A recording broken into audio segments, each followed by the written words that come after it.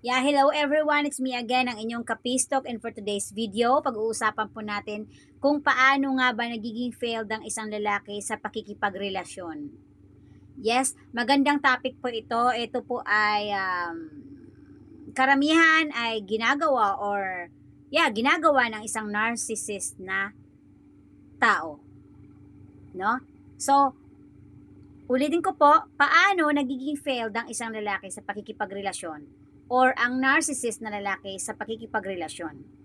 So, unang-una po, habang ang kanyang partner ay nasasaktan while she is dealing sa kanyang family issue, siya ay wala out of nowhere. Kadalasang nangyayari yan. Habang siya ay nakikipaglaban sa sobrang kalungkutan niya, siya ay happy-go-lucky lang. Ganyan siya. Kasi narcissist nga siya eh. So, habang yung asawa niya or yung partner niya, nag-i-struggle siya sa kanyang mental health, siya ay parang wala lang.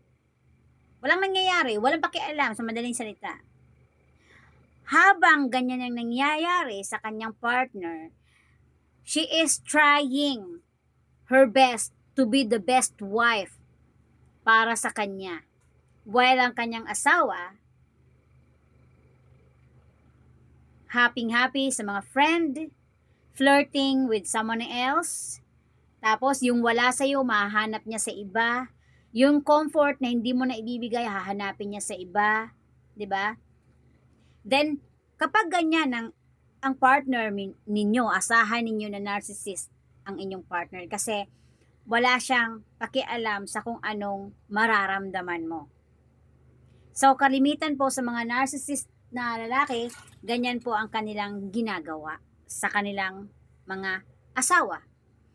Kasi take note, tayo kasi mga babae, medyo maganon talaga tayo. Aminin man natin sa hindi, may mga araw talagang maganyan tayo. Pero hindi naman directly na ganun ka.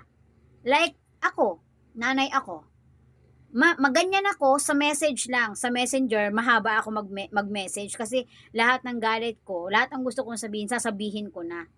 'Di ba? Pero in person, hindi naman ako totally ganyan na asawa. Ako po as a girl and as a mother also and as a wife also. So, ang tendency, lahat ng sasabihin mo sa iyong partner o sa asawa mo, na ang gusto mo lang naman ay tulungan siya sa kanyang problema. As a couple kasi, I believe ang problema ng isa ay problema niyong dalawa. Totoo po yan. Dapat ganon. Gusto mo lang naman sana ay tulungan siya pero ayaw kanyang i-communicate. Di ba?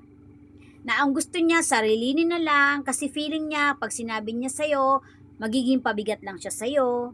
Na ikaw naman, as a girl, may isip mo, baliw ba ako? May mali ba sa akin? Kasi ayaw ng asawa ko na tulungan ko siya. Mga ganyan na salita. So, ang tendency, ima-manipulate ng isang lalaki or ng asawa mo or jowa mo yung ibang tao kapag ka dumating sa point na nagalit ka na, narindi ka na, palalabasin kanyang baliw sa kwento ng sa kwento niya sa mga taong kakilala niya, like kaibigan, kamag-anak, basta sa mga taong kilala niya na alam niyang kilala ka din. Or sometimes nga sa mga magulang mo pa, mga kapatid mo pa, mga anak mo pa, mga ganon. Imamanipulate na yon na hindi niyo pa maiintindihan sa ngayon kasi bata ka pa. Kahit anong sabihin ko sa inyo, syempre kakampihan niyo yung nanay niyo kasi nanay niyo yon. Mga ganyan. Then sasabihin nila sa iba na yung asawa ko masama ang ugali, bungangera masyado. So wala siyang kwentang asawa, yung mga ganyan. So, karamihan sa mga narcissist na tao, matindi sila pagdating sa manipulation. Totoo po yan. Magaling sila magmanipula ng ibang tao para lumabas na matino sila. At ikaw yung lumabas na masama. Diyan sila kadalasang nagiging failed as a husband. And take note po, kapag ginagawa nila yan, hindi sila nagigilty, hindi sila nasasaktan. Wala sila nun. Ang mga narcissist na tao, hindi sila nasasaktan. Mas ididiin ka pa nila at dudurugin sa kanyang mga salita. Kasi nga, wala karamihan ng lalaki nito. Walang yagba. Walang yagba na harapin ka at prangkahin ng personal. Kaya ang ginagawa niya, pag hindi niya kayang prangkahin ka, sa ibang tao niya yung ginagawa. Imbes na prangkahin ka niya na malito, dapat itong gawin mo, dapat ganito, dapat ganon, di ba? So, take note po, diyan po nagiging failed ang isang lalaki pagdating sa pakikipagrelasyon. At ang mga babae, papatayin niya ng unti-unti sa kakaisip hanggang sa isipin ng babae ay baliw na siya. 'Di ba? Syempre, sino ba naman ang hindi mababaliw sa ganyan? 'Di ba? Marami ka ng problema sa family, may mental health ka pang iniisip, nilalabanan mo yung sobrang lungkot mo kasi may asawa ka nga pero parang wala naman. Ang hirap kapag may ganito kang klaseng partner. So, kapag may ganito kang partner, I suggest na